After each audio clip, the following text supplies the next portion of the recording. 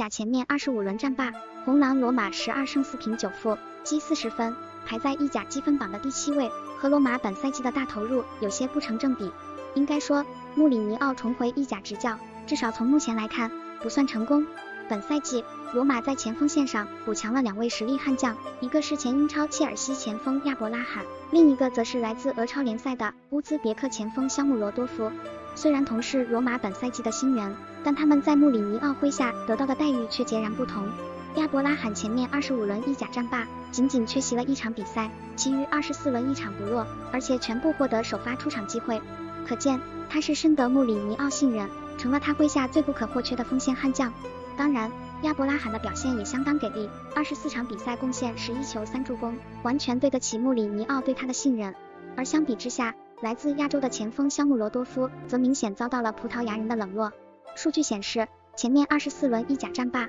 肖穆罗多夫仅仅获得了18次出场机会，而且只有4轮比赛获得首发出场的机会，其余的场次全是替补出场。可见，在穆里尼奥麾下，肖穆罗多夫充其量只是一个替补轮换的对象。从前面的比赛来看，肖穆罗多夫虽然获得的出场机会有限，但他却打出了亚洲王牌的真正风采，拿出了颇具说服力的表现。在本赛季所有的26场比赛中，尽管很多场次是替补出场，但他却已经为罗马贡献了3球5助攻，进攻效率非常不俗。如果按出场时间来看，肖穆罗多夫的攻击效率要远远高于深得穆帅信任的意大利锋线帝星扎尼奥洛，后者26次出场，22次首发，也仅仅贡献了3球5助攻。这样一对比，肖穆罗多夫难免会有些憋屈，